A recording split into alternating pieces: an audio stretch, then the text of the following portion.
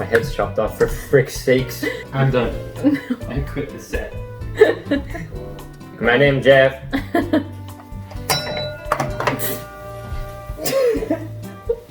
Whatever, edit it out. Hello and welcome back to Traveling with Wine, episode 3. My name is Angela, this is my brother, Anthony.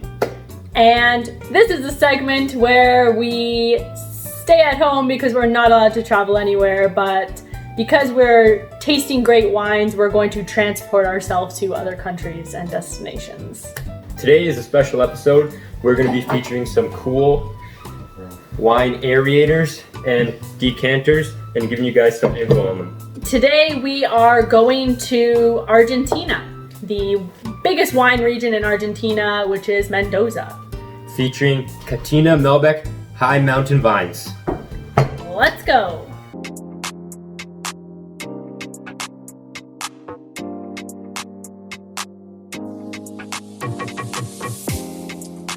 All right, we're in Argentina. This is actually really sad because I really wanted to go to Argentina and just... Why are you even saying that? We're there right now. Look how beautiful it is. Exactly. This wine has so much history, but before we get into that, I just want to tell you some of the cool things that you can actually do in Mendoza, Argentina. So other than the multiple amounts of wine tours that you can go on, there's a lot of good hiking in Mendoza. There's also this great site, I know I'm gonna butcher the name, but it's called Puente del Inca, and it's actually this natural arch that forms a bridge over a popular river, and this river has so many minerals in it that it turned the rock formation bridge into a coppery gold color. And so I could just imagine how like that dense minerality plays a factor in all the wines that grow in that region. For sure. God, I'm friggin' sweating. Me too. It's hot in Argentina. So again, because it's a wine region, it's a little more expensive to stay there than the rest of Argentina. Your budget hotel will be around $30 US a night. Not that expensive. That's not bad at all, actually. But compared to high tourist areas that I've been to. Yeah, for sure. But within Argentina, it's more expensive than other regions within the country. A little backstory on Malbec. A lot of people believe that it actually is a Argentinian grape, but it actually originated in Cahors, France. And Argentina just adopted the grape, and they're the biggest producers of the grape to this date. Another fun fact, Malbec is my favorite type of wine. The French version of Malbec tends to have a more mineral flavor as well as a lighter body than the Argentinian version. Off the top of my head, I can think of two categories of Argentinian Malbec: standard Mendoza Malbec, and then you have Mendoza Reserva. The Reserva distinction on a bottle means that the grapes are at their highest quality and at a higher elevation typically.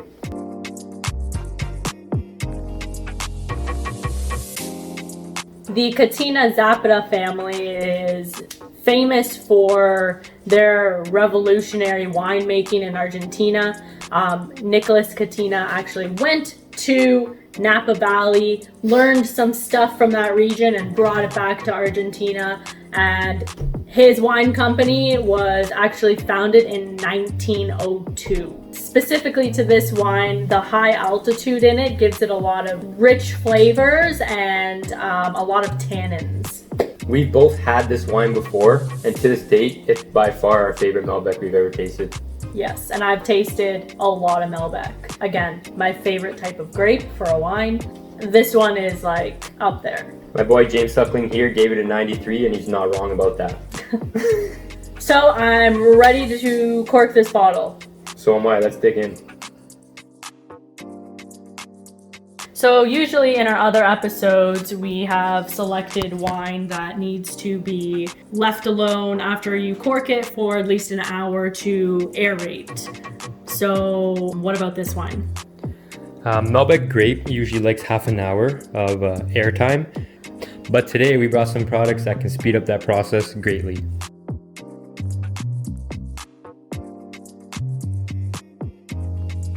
All right, tell me about these gadgets that speed up the aeration process. Yeah, for sure. So here we have a Vino Air. It's a little device that looks like this. This is a more fancier version where it has a weighted lid that closes when you pour. How it works is it has a little venturi tube right here that when you pour allows bubbles to go into the wine. And I would say that this device here gives your wine about 25 minutes worth of breathing time. All right, so it's perfect for this wine bottle because you said it only requires around half an hour. So if Right. you put this device on the top and pour it, as it's coming out, it's aerating the wine. So you don't have to wait. Yeah, so we'll do this. We'll just pop it on.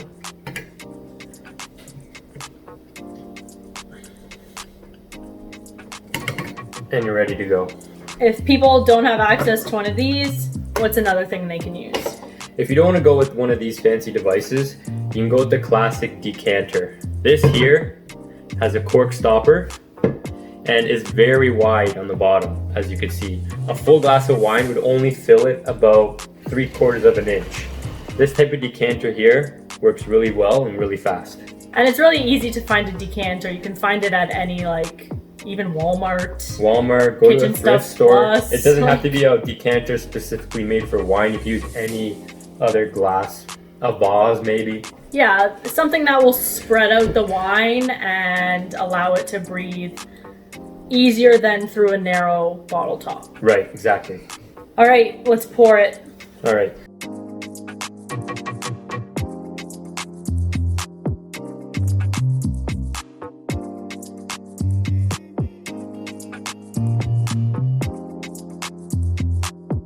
You can see the aerator in action from all the bubbles forming on top of the wine. All right. Now that we got this bad boy in the glass, we'll give it a taste. I can already see that it's very dark and rich in color, and I know that's gonna play into how it tastes. Yeah, it's got a deep purple hue. We just poured the wine with the aerator, which gives it about 20 minutes worth of airtime. And I took a sip of the wine and I noticed it needs a little bit more time to breathe. So we waited an extra 15. So we're at 35 minutes and I believe that's a good time for this wine. All right, let's give it a sniff. It's very bold. Nice strong smell. Definitely smell clay.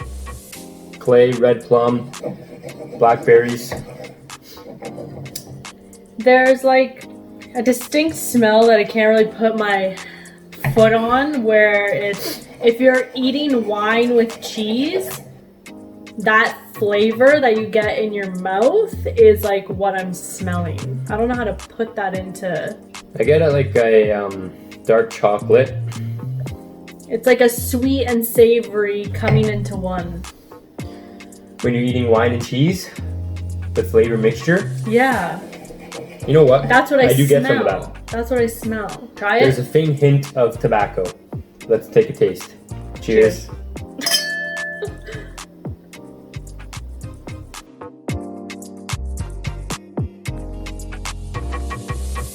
Wow, that's good.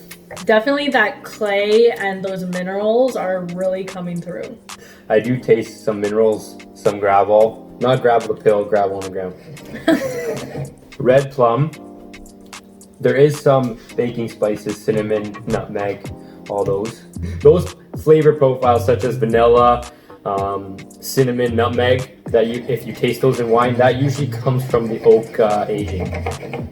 I can taste the oak. A little bit of red pepper, like dried red peppers. Yeah. There is a little bit of tart, maybe tart black cherry. I can definitely taste that it's high. It has high tannins. I After would say medium tannin. Really? Yeah. Because it leaves kind of like that dry feeling at the top of your mouth. We purchased it for $19. So great value on this wine as well. $19.95 Canadian. Yes. So if you live in the US, probably a lot cheaper. I Right. don't know. But overall, it is an excellent wine. We have tried it before. I guess if you're making wine for over 100 years, you're gonna be really good at it. Yeah.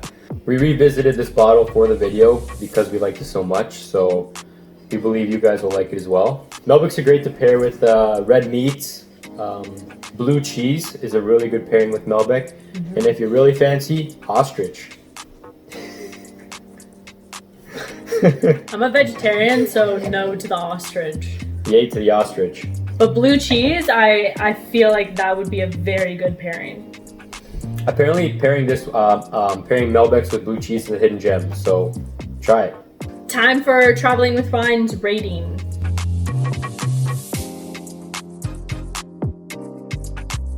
This is for sure in my top 10 favorite wines. Not sure where on that top 10 list, but definitely top 10. All right, I think we're done here. Moving on to the next country. I hope you enjoyed our visit to Argentina. Stay tuned for next episode because we got something special. And if you haven't seen episode 1 or 2, click right here. Cheers. See you later. Oh my God, look, it's Lionel Messi.